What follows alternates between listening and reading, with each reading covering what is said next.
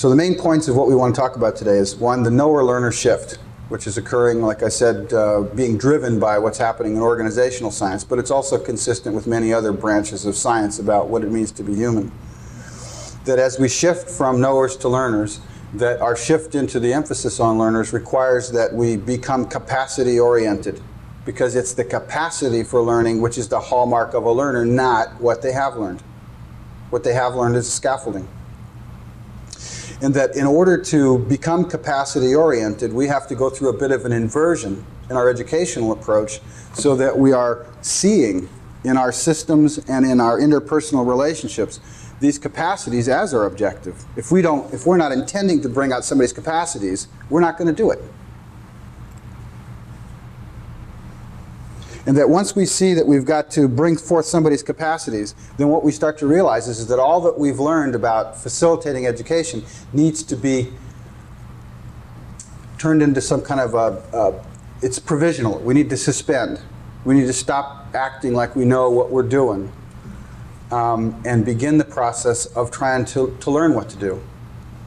I mean, one of the things that I'm real clear on, despite my I know attitude as I stand up here right now, which is just part of how I get out what I got to say through my own stuff, is that we don't know. We really don't know anything about facilitating the capacities for learning in some way that the individual learner is not like somebody, not like a coma patient. We're not picking up his leg and bouncing it around in order to kind of exercise their flesh.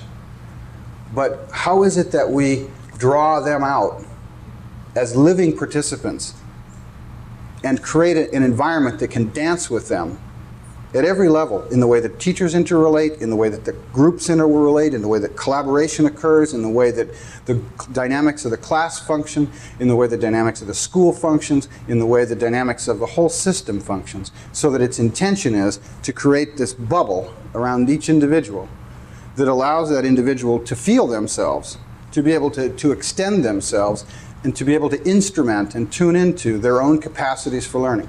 Because what I want to say is that there's nothing more generally relevant to how well that person's going to come alive in this world, nor practically relevant to how well they're going to succeed in the world by any measurable standard you want to put down, than how well they can do that.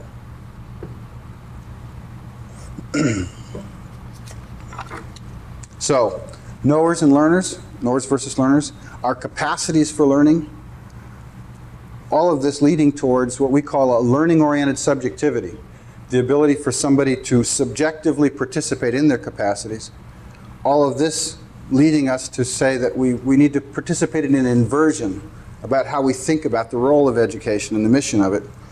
And the final point in this, which is actually the most critical, is that in order to facilitate the development of learning-oriented human beings, we're going to have to establish a very rich and responsive matrix of what we would call mutual learning-oriented relationships. In other words, if we're not, if co-equal to our intention to facilitate their learning is not that we're going to learn to do that.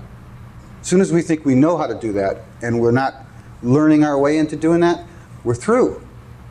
We can't do it. We can't get across the gap. I mean, then the machine's teaching them, right? There's no human being there.